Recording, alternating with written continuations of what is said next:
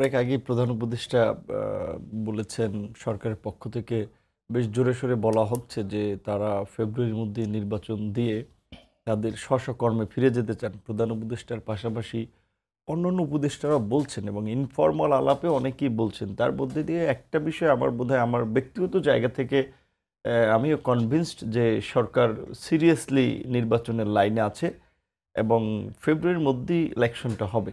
এটা প্রশাসন, সরকারের অভ্যন্তরীণ বিভিন্ন আলাপ আলোচনা সব জায়গাটা পরিষ্কার হয়ে যাচ্ছে। কারণ হচ্ছে যে তারাও বুঝতেছে ধরেন শুরুর দিক থেকে মানুষের যে পরিস্থিতি হোক না কেন বা যে বিবেচনাই হোক না কেন, আবেগ বাস্তবতা থেকে বলছিল যে এই সরকার থাকুক না কয়েক বছর।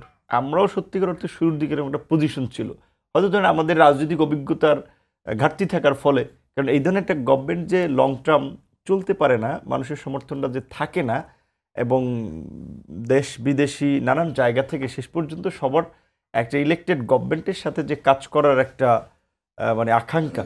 আপনারা আসলে ওই অবস্থান থেকে ফিরে এসেছেন এবং নির্বাচিত গভর্নমেন্ট চান আসলে আপনারা। না, এটা আমরা অনেক আগেই বলেছিলাম। শুরুর দিকে আমরা বলছিলাম যে এই গভর্নমেন্ট যদি জাতীয় সরকার করে, শুরুতে বলছিলাম তাহলে এই গভর্নমেন্ট 2 বছরের জন্য জাতীয় সরকার হতে পারে। 2 বছর আমরা কিন্তু বলেছিলাম।